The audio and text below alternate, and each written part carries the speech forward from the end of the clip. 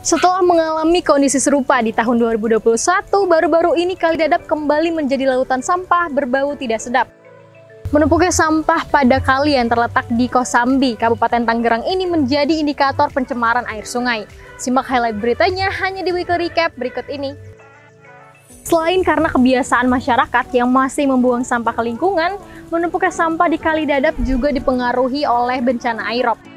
Berbagai bahan sampah seperti bahan organik hingga logam berat yang berpotensi menyebabkan bakteri patogen ditemukan di Kali Dadap. Direktur Pengurangan Sampah KLHK, Sinta Saptarina menegaskan masyarakat harus melakukan pengurangan sampah dari rumah masing-masing, mengingat sampah rumah tangga menjadi salah satu penyumbang sampah terbesar di lingkungan.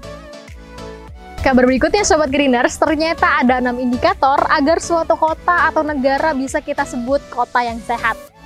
6 indikator tersebut seperti rendahnya tingkat obesitas, harapan hidup yang tinggi, keterjangkauan biaya makanan sehat, minimnya polusi, hingga rendahnya indeks keamanan dan jam sinar matahari.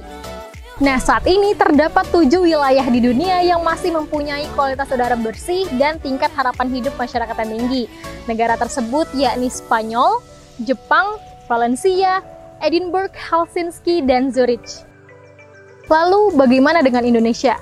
Menurut pakar kesehatan lingkungan Diki Budiman, sayangnya kualitas udara di Indonesia masih terbilang buruk sehingga belum termasuk kota yang sehat. Nah Sobat Greeners, yuk bersama-sama kita wujudkan kualitas udara yang sehat bagi Indonesia. Kabar ketiga, kebijakan Provinsi DKI Jakarta perlu ditinjau ulang terkait peraturan diperbolehkannya pembangunan hunian 4 lantai di Jakarta. Karena faktanya terjadi penurunan permukaan tanah dan air tanah dari tahun ke tahun. Hal ini berpotensi menyebabkan Jakarta akan tenggelam. Merespon hal ini, Kepala Dinas Lingkungan Hidup DKI Jakarta, Asep Kuswanto mengatakan kebijakan tersebut diperbolehkan, namun harus berkonsep green building, seperti mengurangi penggunaan air tanah, pemanfaatan energi surya, dan memperbanyak penanaman pohon. Kalau Sobat Greeners mau baca ketiga berita yang sudah aku highlight secara lengkap, kalian bisa akses ke website greeners.co, tepatnya di rubrik berita harian. Jangan lupa untuk be informed and love the earth.